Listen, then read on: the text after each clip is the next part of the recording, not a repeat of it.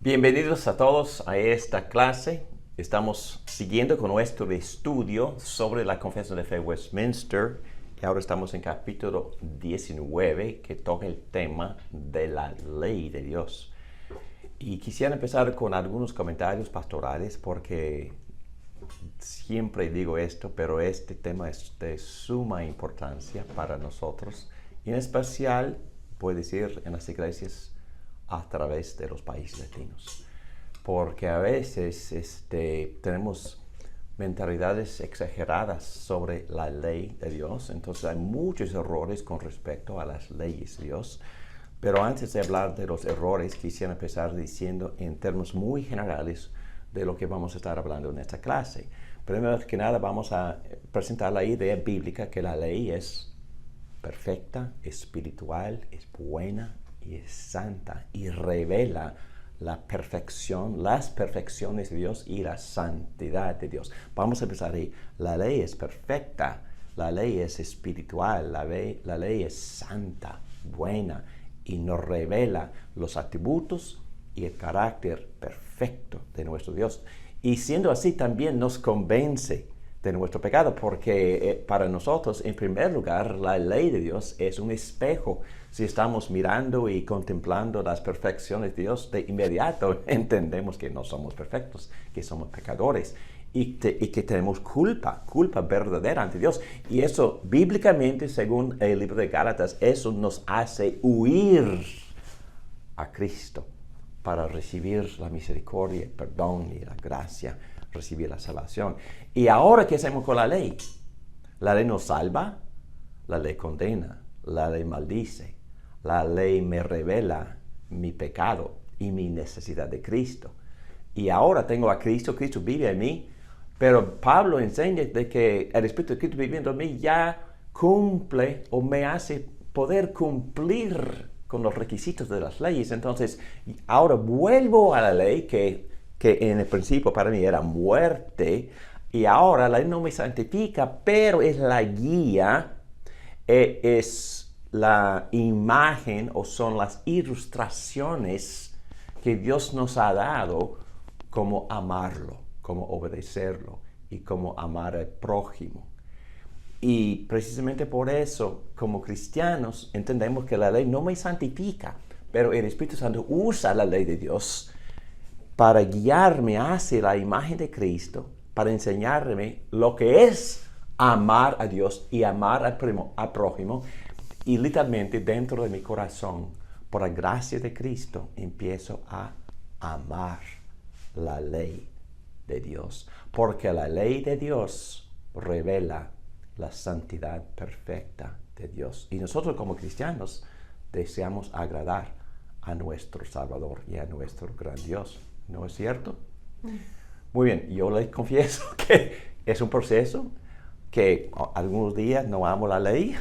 La ley a veces es un obstáculo o que me irrita. Y entonces, porque Pablo mismo enseña acerca de esto en Romanos 7, que dice que mi carne, aprovechándose de la ley, hasta me tienta y me hace rebelar.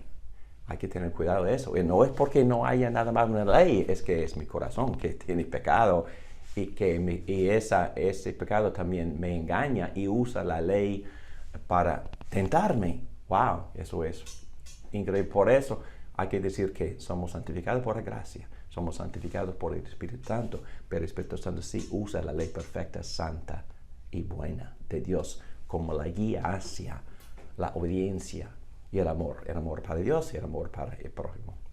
Muy bien, vamos a orar. Ayúdanos, Padre nuestro, a tener un buen uso de tu ley y también en estos momentos te pedimos que tú nos instruyas en cómo amar tu ley y así amarte a ti. Te lo pido todo esto en el nombre de Cristo Jesús. Amén. Muy bien. Tocando la guía, aquí vemos que la naturaleza de la ley y, bueno, las leyes representan hechos o en inglés facts. Describen la realidad así como es. Las leyes describen la naturaleza, la realidad, el carácter, la esencia, la santidad de Dios, pero también describen todo lo que existe en la creación de Dios. Entonces, las leyes hablan de la esfera física, habla de fuerzas físicas, gravedad, etcétera, etcétera. Pero también las leyes hablan de la moralidad. Y hay un principio de la ley: cosechamos lo que sembramos. Y Pablo desarrolla ese concepto en sus cartas. Pero también la ley, como ya hemos dicho, revela la persona, el carácter y los atributos de Dios. La ley describe a Dios así como Él es. Dios es santo, justo y bueno. Y en Romanos 7, Pablo dice que también la ley de Dios es santa, justa y buena. Las leyes de Dios revelan la santidad y justicia de Dios. La ley de Dios es una reflexión de las perfecciones de Dios. La razón por la cual la Biblia insiste tanto en obedecer la ley de Dios es que el propósito para el cual somos redimidos es para que seamos santos, así como Dios es santo. 1 Pedro, capítulo 1, versículo 15-16. El creyente es recreado a la imagen de Dios, por lo tanto, deleita en la ley de Dios y ama a Dios y a su hermano. Y vamos a ver que son las mismas cosas. Obedecer los mandamientos es amar a Dios y es amar al prójimo, amar al hermano. Amar a Dios y su hermano, pues el amor es el cumplimiento de la ley, como dice Pablo en Romanos 13, 8 a 10. El pecado es la transgresión de la ley de Dios.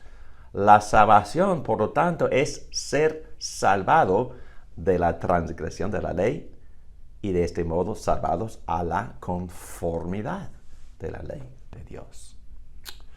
En términos nomos es el término en griego que se traduce ley, pero tiene varias definiciones y vamos a ver que tiene varios usos.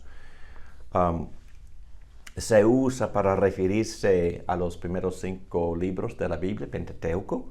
A veces se usa para referirse a los 10 mandamientos, a veces se usa para referirse al sistema levítico de los sacrificios, o se refiere a veces al antiguo pacto, o a veces se refiere al contenido de todo el Antiguo Testamento. Entonces Jesús y los apóstoles usaban el mismo término nomos para referirse a todas esas entidades. Esto muestra que en la mente de Cristo y los apóstoles, la ley de Dios es la revelación de Dios y la manifestación como Él actúa a través de los hechos de providencia involucrado en su creación. Entonces es muy importante estudiar la ley para poder conocer a Dios y también para conocer cómo, la creación funciona y cómo nuestra relación de Dios también es instruida. Implicaciones. Y Dios es un legislador inteligente que ordena, sostiene y dirige las acciones con un propósito. Los legisladores estatales ejercen la autoridad de Dios en la tierra. Romanos 13. Vamos a tocar ese tema por completo en otro capítulo más adelante. La voluntad divina es la base de la jurisprudencia. Las leyes estatales son justas a la medida en que se conformen a la ley de Dios. También vamos a tocar eso. Y un poquito ahora cuando hablamos de la teonomía. Toda discusión sobre la ley implica la existencia de un Dios santo. No es una clase sobre la apologética, pero uno de los argumentos que usaban los filósofos clásicos era de que si yo tengo conciencia, si tengo concepto de la moralidad, eso implica que existe un estandarte separado de todos y todo el mundo apela a este estandarte y juzgamos a los unos a los otros basado en lo que todo el mundo asume es un concepto de la moralidad o de la justicia. Y toda discusión sobre la ley implica la existencia de un Dios santo, un dador supremo y legislador de su ley y juez supremo de sus criaturas, las cuales son obligadas a obedecer sus leyes. Muy bien, ahora vamos a meternos en los varios usos de la ley bajo los varios pactos, pero eso no es un estudio comprensivo, es un estudio muy reducido, muy resumido, pero entendemos que la ley tenía un propósito con Adán antes de que él pecó, la ley tiene un propósito de la raza humana después de que Adán pecó, y vamos a tener que hablar en esta clase acerca de cómo las varias categorías de las leyes se aplican o no hoy en día. Vamos a hablar de la ley moral, que sí se aplica. Vamos a hablar de la ley ceremonial, que fue cumplida completamente en Cristo y clavada a la cruz, y no es para ser obedecida hoy en día. Pero también vamos a hablar de las leyes civiles, porque hoy en día queda muchísima confusión de cómo se aplican o no las leyes que eran para el gobierno político de Israel en aquel entonces. Muy bien, vamos a tratar de hacer sentido de todo esto. La ley en relación con Adán antes de la caída. Bueno, fue dada a Adán la ley como pacto de obras, y eso también es esas conclusiones se hacen por un estudio completo de cómo los profetas y también los apóstoles consideraban lo que Dios la manera en que Dios se relacionaba con Adán en el jardín. Bueno, primero que nada es obvio que Dios había dado a Adán leyes. Y en mi mente existen como 4 categorías de leyes que Dios había dado a Adán al crearlo en el jardín. Número 1, multiplicarse. Aquí, en primer lugar, vemos que en el jardín Dios le había dado a Adán la responsabilidad o el mandato de multiplicarse. Dijo Dios, versículo 26 de capítulo 1, hagamos al hombre a nuestra imagen, conforme a nuestra semejanza, y ejerza dominio sobre los peces del mar, sobre las aves del cielo, sobre los ganados, sobre toda la tierra, sobre todo reptil que se arrastra sobre la tierra. Un mandamiento para dominar la creación, pero voy a tocarlo en el siguiente texto en Génesis 2. Dios creó al hombre a imagen suya, a imagen de Dios lo creó, varón y hembra los creó. Dios los bendijo y les dijo, sean fecundos y multiplíquense, llenen la tierra y sométanla. 2 mandamientos, llenan y sometan. Ejerzan dominio sobre los peces del mar, sobre las aves del cielo y sobre todo ser viviente que se mueve sobre la tierra. La idea teológica aquí es que Dios creó al hombre a su imagen y semejanza para gobernar, para supervisar como subtenientes, cuidar toda la creación bajo la autoridad del Creador. Entonces, por eso Dios quería que Adán se multiplicara, porque Dios quería, y muchos salmos enseñan esto, Dios quería cubrir la faz de la tierra con su imagen, digo, con hombres hechos a la imagen y semejanza de Dios.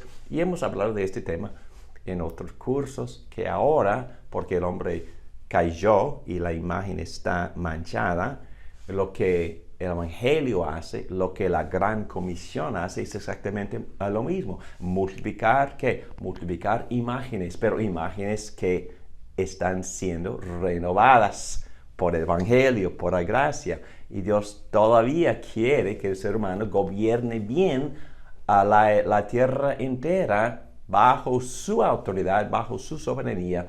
Y la manera en que el plan de Dios es que el hombre se salve, se redima, se renueve para poder gobernar y supervisar, cuidar bien la creación. Entonces, en primer lugar, multiplicarse. En segundo lugar, dominar o cultivar. El Señor Dios tomó al hombre y lo puso en el huerto de Edén para que lo cultivara y lo cuidara. Que pudiera ser más claro. La creación entera, para cuidarla, es mi responsabilidad. Es la responsabilidad del ser humano hecho a la imagen de Dios, y cada quien tiene que hacer su parte. Y en un sentido, cada profesión es un llamamiento para cuidar una parte del jardín de Dios. Pero también Dios estableció el matrimonio. Y no hay un mandamiento explícito, pero es importante. Es claro que Dios quería establecer la institución fundamental para el ser humano y lo estableció en el jardín, el matrimonio. Por lo tanto, el hombre dejará a su padre y su madre y se unirá a su mujer y serán una sola carne. Entonces estableció la institución del matrimonio como la primera institución y la más importante, la familia, el matrimonio. Y también Dios implica que Él quiere que el hombre también adore, porque Dios mismo bendijo el séptimo día y lo santificó, porque en Él reposó de toda la obra que Él había creado y hecho. Entonces Dios en el séptimo día contemplaba la hermosura de lo que Él había creado, y también el hombre tiene esta responsabilidad de también contemplar o adorar a Dios en espíritu y en verdad. Entonces las leyes de Dios se pueden categorizar en estas 4 áreas, aún en el jardín de Edén: multiplicarse, cultivar el jardín y mantener la primera institución del matrimonio, y por supuesto que sí, tener un día especial y una vida entera de adoración, pero también un día en especial para adorar al Creador. Entonces, no tenemos problemas nosotros en el mundo reformado hablar de esta relación como pacto. Y no solo es una implicación teológica, pero Oseas también se refiere a este acuerdo que Dios hizo con Adán como pacto. Oseas capítulo 6, versículo 7. Son como Adán, han quebrantado el pacto. ¿O qué pacto? Abraham, en vez de obedecer estos mandamientos, se aisló, se rebeló y dejó de obedecer estos mandamientos por tomar del fruto del árbol. Y dice, son como Adán, han quebrantado el pacto, me han traicionado. Entonces, lo que entendemos, y también otra vez es implícito por otros textos bíblicos, que inherente en este pacto fue una promesa de vida.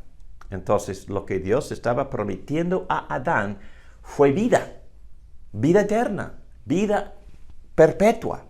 Entonces, Dios no quiso que se muriera el hombre, y por eso, si Adán hubiera obedecido, nunca más hubiera muerto. Y también esto es implícito, o no es más que implícito, esto también enseña en Romanos 5, cuando Pablo está hablando del primer Adán y segundo Adán, diciendo que el pecado y la muerte entró en la raza humana por la desobediencia de Adán. Pero si la maldición es como resultado de la desobediencia, obviamente la vida es la consecuencia o a la bendición de la obediencia. Este pacto con Adán, al que se refieren como pacto de obras por los teólogos, es más que simplemente ley, porque contenía la promesa de vida. Dios prometió vida eterna si se cumplían sus mandamientos, de hecho, en su bondad. Creó a Adán recto, dice Eclesiastés 7:29, dándole así el poder y la capacidad para guardar el pacto, para temerle y para evitar el mal. Los teólogos también se refieren al pacto con Adán como pacto de obras y también pacto de vida, porque desde ese punto de vista el enfoque es la promesa, pacto de vida, vida si Adán hubiera obedecido. El enfoque es en la promesa, lo que Dios promete hacer, dar vida. La confesión de fe usa ambos términos, pacto de vida, pacto de obras. La fe que confesamos es el libro donde el profesor Dixon enseña ese principio. La evidencia se encuentra en Romanos capítulo 10, versículo 5, donde el apóstol Pablo, hablando de la ley, dice, el hombre que haga estas cosas vivirá por ellas, con la idea de que si Adán hubiera obedecido, también hubiera recibido perpetuamente la vida. La implicación de Romanos capítulo 5, versículo 19, es que Adán hubiera recibido la vida si había obedecido la ley. Muy bien, entonces, todo eso para decir que Dios le había prometido a Adán vida por la obediencia. Pero también existe con claridad la amenaza de muerte por la desobediencia. Y toco primero Génesis 2:17. Pero el árbol del conocimiento del bien y del mal no comerás, dijo Dios a Adán, porque el día que de él comas, ciertamente morirás. Y bueno, el resto es historia. Desobedeció y murió. Pero también este principio se encuentra en Gálatas 3:10, porque todos los que son de las obras de la ley están bajo maldición. Pues escrito está, maldito todo el que permanece en todas las cosas escritas en el libro de la ley y para hacerlas. Entonces, si uno quiere seguir bajo el pacto de obras, pacto de vida que Dios le había dado a Abraham, como casi dice todo el mundo, soy buena persona, entonces están diciendo, yo estoy bajo el pacto de obras, estoy bajo el pacto de vida. Bueno, si ellos no cumplen todo lo que Dios manda, están maldiciéndose, están bajo maldición, dice Pablo, porque solo por obediencia perfecta puede uno ser salvo por obedecer la ley, siendo dentro o bajo del pacto de obras. Así como Pablo, estamos estableciendo la enseñanza bíblica que dice que Dios había amenazado la muerte por la desobediencia. En Romanos capítulo 5, versículo 19, dice así, porque así como por la desobediencia de un hombre, los muchos fueron constituidos pecadores, así también por la obediencia de uno, Jesucristo, los muchos serán constituidos justos. Obviamente, por la desobediencia recibimos la herencia que recibimos de Adán. Primero recibimos una naturaleza pecaminosa. Fuimos constituidos pecadores. Pero también como consecuencia del pecado, también entró en la raza humana la muerte. Así como Pablo dice arriba en versículo 12. Por tanto, tal como el pecado entró en el mundo por medio de un solo hombre, ¿quién fue? Fue Adán. Y por medio del pecado, la muerte. Así también la muerte se extendió a todos los hombres porque todos pecaron. Entonces estamos estableciendo el punto tan claro bíblicamente que Dios amenaza la muerte por la desobediencia a su ley y Adán nos representó en el pacto de obras. Él desobedeció la ley de Dios y por eso todos somos constituidos pecadores, heredamos la naturaleza de Adán, pero también heredamos la muerte, porque la muerte es la consecuencia, es el resultado siempre del pecado. Y Dios lo dice con claridad en capítulo 2 de Génesis, en versículo 17, cuando dijo, el día del árbol, comas, ciertamente morirás. Entonces heredamos bajo el pacto de obras, pacto de vida, heredamos una naturaleza pecaminosa y al mismo tiempo la muerte, porque ya Adán nos representó y Dios había prometido muerte basado o como consecuencia de la desobediencia. Y todavía sigue este principio.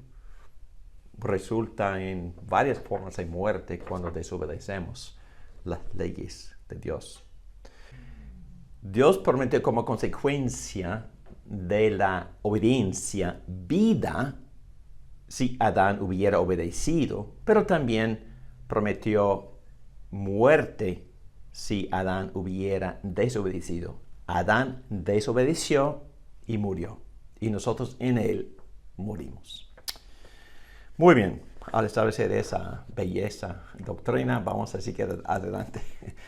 La ley después de la caída, entonces eso fue antes. Dios había prometido vida por la obediencia y muerte por la desobediencia, pero ahora, después de la caída, bíblicamente continúa como regla perfecta de justicia.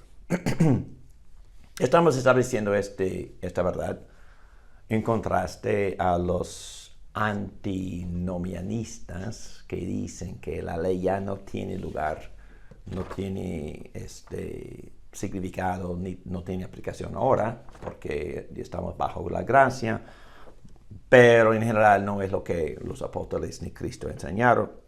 Por eso estamos estableciendo este punto bíblico, continúa como regla perfecta de justicia la ley de Dios, aún después de la caída. Romanos 13, versículo 8. No deben a nadie nada sino el amarse unos a otros, porque el que ama a su prójimo ha cumplido la ley. Porque esto, no cometerás adulterio, no matarás, no hurtarás, no codiciarás, y cualquier otro mandamiento en esas palabras de resumen, amarás a tu prójimo como a ti mismo. Entonces vamos a enfatizar esta verdad continuamente, porque hay personas que quieren distinguir entre el amor y la ley, entre el amor y la obediencia a la ley. Según Cristo, según los apóstoles Pablo y Juan, es la misma cosa. Obedecer es amar. Amar es guiado por obedecer. Las leyes son las guías, son la sabiduría. Un teólogo dijo, son las ilustraciones de cómo se ve el amor. Entonces, es imposible amar si estamos en desobediencia. Por ejemplo, si cometemos adulterio, no estamos amando a nadie. No estamos amando a nuestros propios cuerpos, no estamos amando a la mujer ajena, es que no estamos amando a Dios. Entonces, la ley sirve para guiarnos en amar a Dios y amar al prójimo. Y si desobedecemos las leyes, es imposible amar. Según Juan, el apóstol Juan, capítulo 1, versículo 6. En este es el amor, que andemos conforme a sus mandamientos. Entonces Juan está de acuerdo con Pablo. Obedecer y amar es la misma cosa.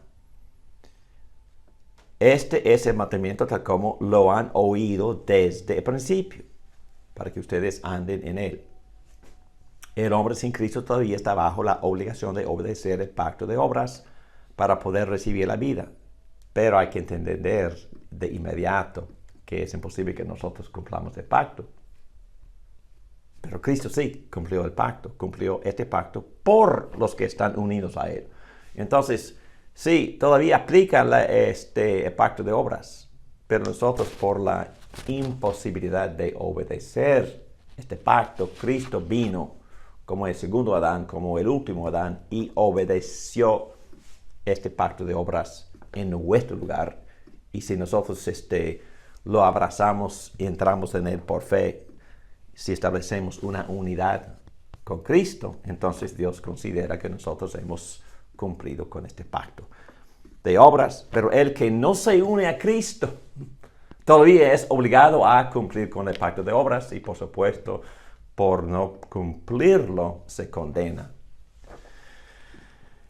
Y es imposible cumplirlo, obviamente, por eso todo el mundo necesita a Cristo. Muy bien.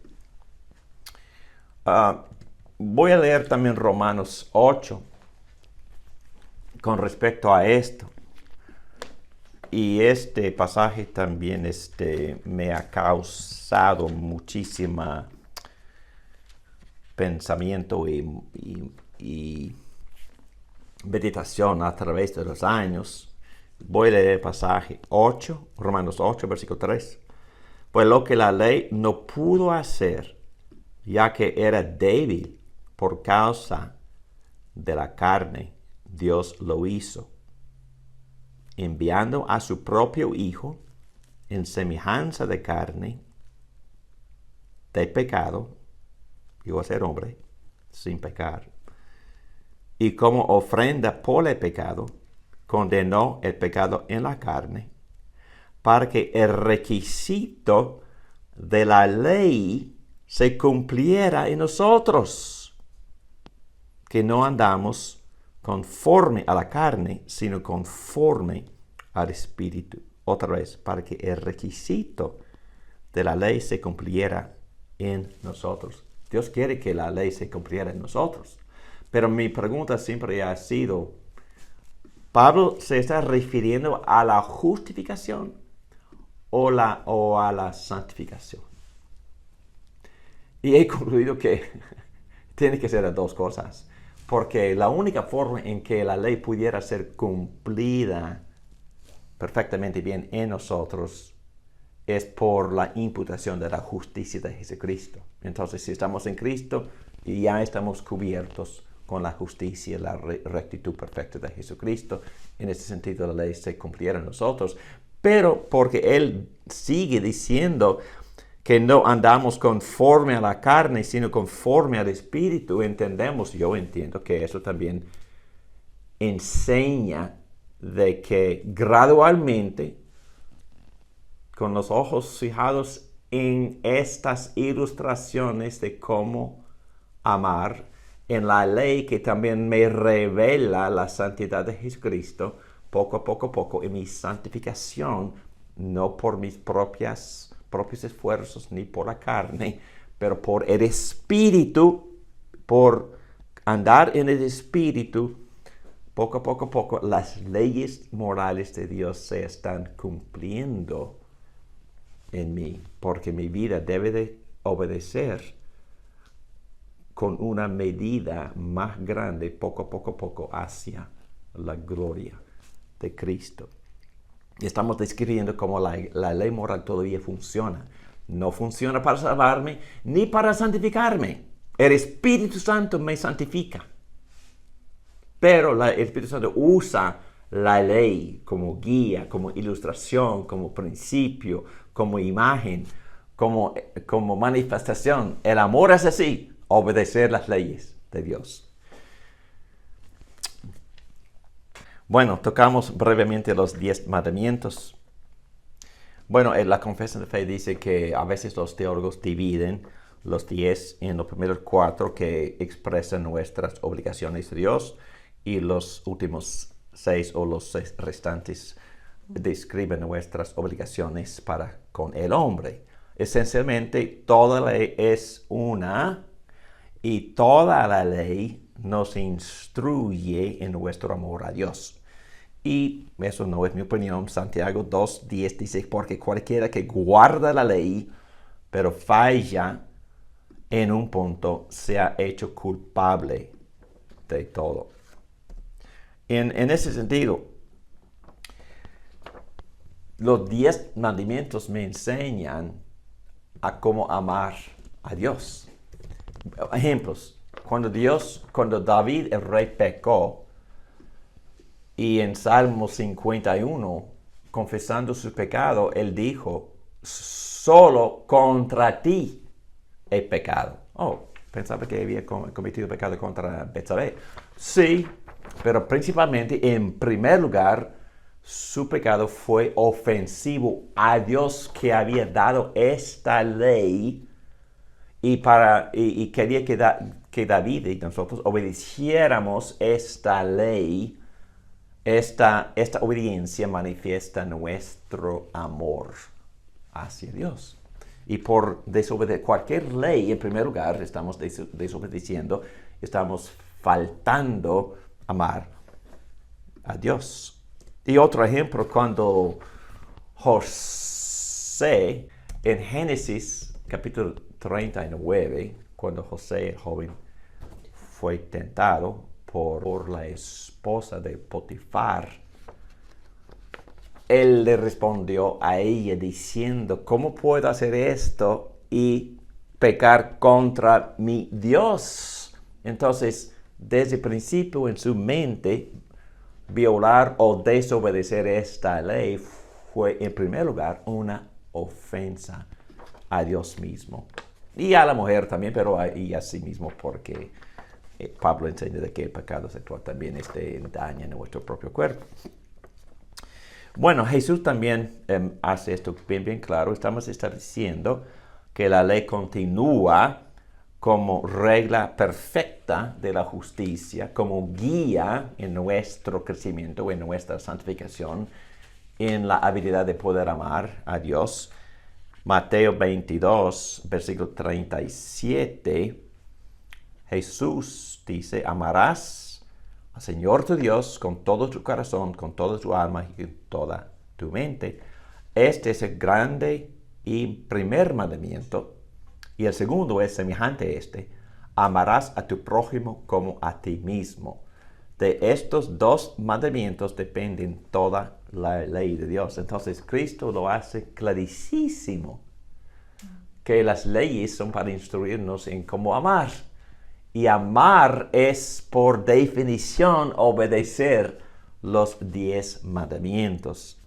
También Mateo 5, 17. No piensen que he venido para poner fin a la ley o a los profetas. No he venido para poner fin, sino para cumplir. Porque en verdad les digo que hasta que pasen el cielo y la tierra, no se perderá ninguna letra más pequeña, ni una tilde de la ley hasta que toda se cumpla.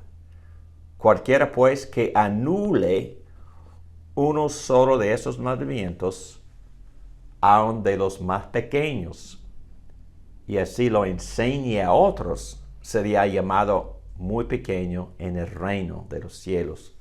Pero cualquiera que los guarde y los enseñe, este será llamado grande en el reino de los cielos. Y para aclarar esto, Jesús obviamente está refiriéndose a las leyes morales del Antiguo Testamento y las varias exposiciones de esas leyes morales en ambos testamentos, el Antiguo Testamento y en el Nuevo Testamento. Y Jesús mismo expande las definiciones y lo hace bien claro que los mandamientos en primer lugar se obedecen con la actitud o disposición del corazón. Y Dios mira el corazón. Por eso dice Cristo que el adulterio empieza con codicia, el robo empieza con envidia, el asesinato empieza con el enojo injustificable. Y Cristo está en el Sermón del Monte haciendo bien claro todo esto. La ley, siendo una en su totalidad, nos instruye en cómo amar a Dios. En Romanos 7, Pablo dice que la ley es espiritual. Esto quiere decir que obedecemos la ley primero en el corazón, con nuestros pensamientos y actitudes. Por eso Pablo enseña que la codicia y la idolatría son la misma cosa, marcando el inicio y el final de los 10 mandamientos, indicando que toda la ley es espiritual y que cada infracción empieza con el deseo de usurpar la autoridad de Dios, idolatría, y sustituir algo de la creación en lugar de Dios, codicia. Y Pablo está enseñando que son la misma cosa, y quisiera hablar un poco más de esto en Efesios capítulo 5, versículo 5. Pablo dice: porque con certeza ustedes saben esto, que ningún inmoral, impuro o avaro, que es idolatría, aquí dice con claridad, avaro es idolatría, o codicia es idolatría, tiene herencia en el reino de Cristo y de Dios. Y otra evidencia es que gramaticalmente hablando en el hebreo, y también en los autores hebreos del Nuevo Testamento, se usa mucho de lo que se llama inclusión, es decir, una sección, un perícope empieza con una frase y luego hay información dentro de este espacio, y esta sección termina con la misma frase. Entonces se está poniendo un inicio y un final por la misma frase, pero también los 10 mandamientos hacen lo mismo.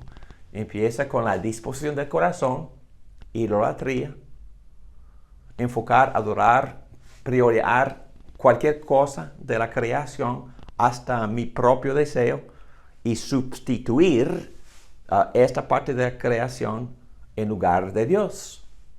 Y codicia, que es prácticamente lo mismo, dice que no me satisfago con mi posición en la vida, Dios se equivocó, entonces por envidia también quiero usurpar el lugar de Dios, ignorar la soberanía de Dios, establecerme a mí mismo como mi propia autoridad, mi propio soberano, y arreglar cosas de manera distinta. Yo pondría este coche aquí conmigo y el carro viejo de mi otro aquí, y también esta esposa más bella. Entonces estamos arreglando providencialmente nuestra vida en vez de sujetarnos bajo la soberanía de Dios. Y estoy diciendo una cosa bien sencilla, que obedecer o desobedecer empieza con la disposición del corazón. ¿Y qué es lo que Dios mira? El corazón. El corazón. Y por supuesto Dios, y también hacemos la pregunta, ¿qué es lo que Dios prefiere? ¿La obediencia externa o la obediencia interna? Y la respuesta es sí, que las dos cosas. Pero lo que nosotros hacemos muy a menudo es que se nos olvide por completo la entrega del corazón, el cariño hacia Dios en el corazón. Eso tiene que ser cultivado en lo privado, cultivado en meditar en las escrituras, cultivado en la oración en privado, cultivado en meditar en la belleza y hermosura de Dios en privado, hasta cantar a Dios, expresar palabras de cariño hacia Dios. Y eso también hace que nuestro corazón empiece a calentarse hacia Dios. Igual que en las relaciones humanas. Si invertimos emocionalmente, si invertimos en la relación, si expresamos cariño, el cariño en el corazón crece. Y tenemos que cultivar esto con Dios también. Y como estamos en el culto de adoración, culto de alabanza en las iglesias, también tenemos que estar enfocados contemplando la belleza, la hermosura de Dios, y no pensando en lo que uno va a hacer en la tarde, en el partido de fútbol en la tarde. Y Dios está mirando todo esto, mira hacia el corazón, y Él sabe si en verdad lo amamos o no.